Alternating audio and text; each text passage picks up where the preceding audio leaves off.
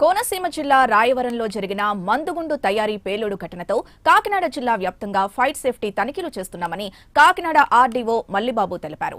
ఈ సంవత్సరం దీపావళికి మందుగుండు తయారీ కేంద్రాలు, షాపులకు నిబంధనలు కఠినతరం చేశామని తెలిపారు.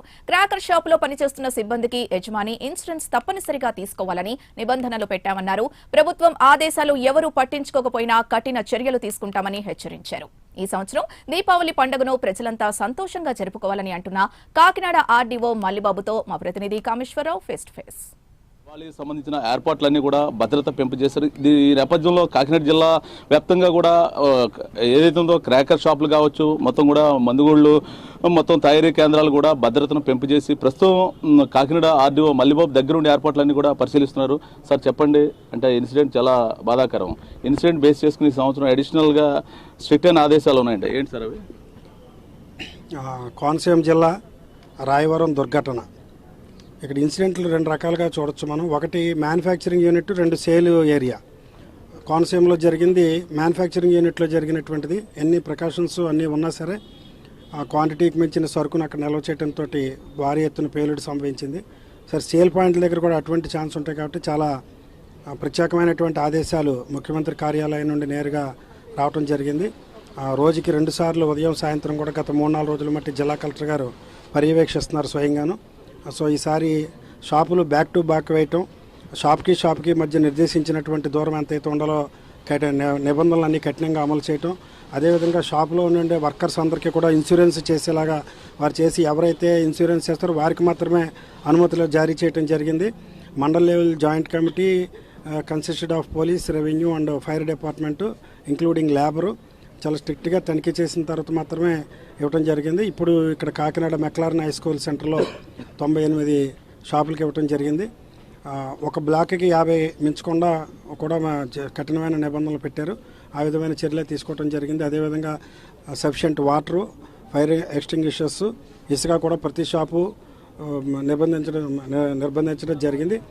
గతంలో కూడా ఈ నిబంధనలు ఉన్నాయి, కొంచెం అమలులో ఉదాసీనత ఉండేది. ఈసారి మాత్రం నేరుగా ప్రభుత్వము ఉన్నతాధికారుల పర్యవేక్షణతో నిబంధనలన్నీ కఠినంగా అమలు చేస్తున్నాము. ఇటువంటి ఇదైనా జరిగినా సరే ఎదుర్కోవటానికి స్పాట్లో మా ఫైర్ డిపార్ట్మెంట్ వారు కూడా వారి వెహికల్ తోటి రెడీగా ఉన్నారు.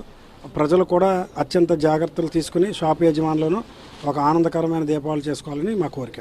అంటే ఇప్పుడు గతంలో షాపులకు కన్నా ఈ సంవత్సరం కొద్దిగా అలైన్మెంట్ మార్చారంటున్నారు, దానికి సంబంధించి ఖచ్చితంగా అలైన్మెంట్ ఎలా మార్చేటువంటి కిందసారి ఒక షాప్ ఎదురకుండా ఒక షాపు ఆ టైప్లో ఒక స్ట్రీట్స్ కింద వేసి పెట్టేవారు.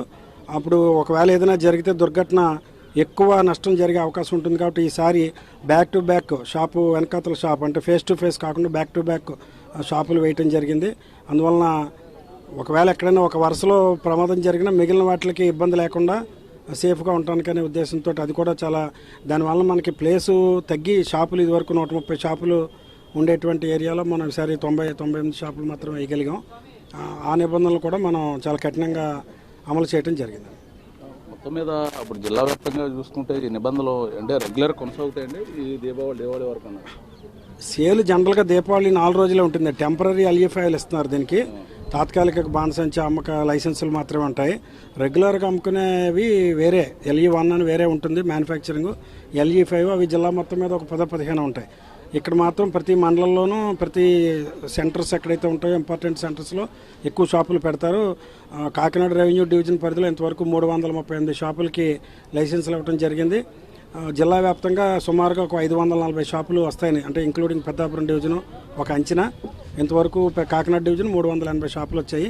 ఇవి ఓన్లీ 3 రోజులే, ఇవాళ రేపు ఎల్లుండ. దీపావళి సాయంత్రం 8 గంటల తర్వాత ఈ లైసెన్సులు రద్దు అయిపోతే ఇంకా తర్వాత అమ్మటానికి వీల్లేదు. అంటే ఇన్సూరెన్స్ పాలసీని కూడా తీసుకొచ్చారు. ఖచ్చితంగా మా ప్రభుత్వ ఆదేశాల మేరకి షాపులో ఎవరైతే పనిచేస్తూ ఉంటారో ఈ 4 రోజులను వారందరి పేరు మీద ఖచ్చితంగా ఇన్సూరెన్స్ ఇన్సిస్ట్ చేయడం జరిగింది. ఆ విధంగా ఇన్సూరెన్స్లు ఏదో ఒక కంపెనీ, ప్రైవేట్ కంపెనీ కావచ్చు, లేదంటే LIC, state bank life insurance, ఈ ప్రమాద బీమా పర్టికులర్గా దీపావళి ప్రమాద బీమా చేసిన వాళ్ళకి మాత్రం మనం ఇవ్వటం జరిగింది. ఎవరైతే బీమా చేయలేదో అటువంటి షాపులకి మేము అనుమతి అయితే ఇవ్వలేదండి. ఇప్పుడు మీరు ఇచ్చిన నిబంధనలనే షాపులన్నీ పాటిస్తున్నాయి సార్? దాదాపు అంటే షాపులు ఇప్పుడే మధ్యాహ్నం 2 గంటల నుండే షాప్స్ ఫుల్ ఫ్లెడ్జ్డ్గా అరేంజ్ అయ్యి సేల్స్ స్టార్ట్ అయ్యాయి. ఇంకా ఒక 2-3 షాపుల దగ్గర ఇసుక వాటర్ పెడుతున్నారు ఇప్పుడే. ఇంకొక గంటన్నరలో 100% ఫ్లెడ్జెడ్గా ఇక్కడ ఈ లొకేషన్ వరకు మాత్రం ఇంకొక గంటన్నరలో అన్ని షాపులు కూడా 100% ఉంటుంది. అది తనిఖీ చేయడానికి పర్టికులర్గా ఇక్కడ సర్కిల్ ఇన్స్పెక్టర్ వారు, ఫైర్ ఇన్స్పెక్టర్, ఎంఆర్ఓ పర్సనల్గా వ్యక్తిగతంగా ఉండి పర్యవేక్షిస్తున్నారు. ఒకసారి కలెక్టర్ గారి ఆదేశాల మేరకు మేము కూడా తనిఖీ చేయడానికి వచ్చాం. ఇది ఇక్కడున్న పరిస్థితి చూసుకుంటే కనుక మొత్తం ఈ సంవత్సరం గతం కన్నా ఈ సంవత్సరం కొద్దిగా నిబంధనలు అయితే కఠినతరం చేస్తామని చెప్పి ఆర్డీఓ చెప్తున్న పరిస్థితి. ఇది ఇక్కడ ఉన్న తాజా పరిస్థితి. Water studio.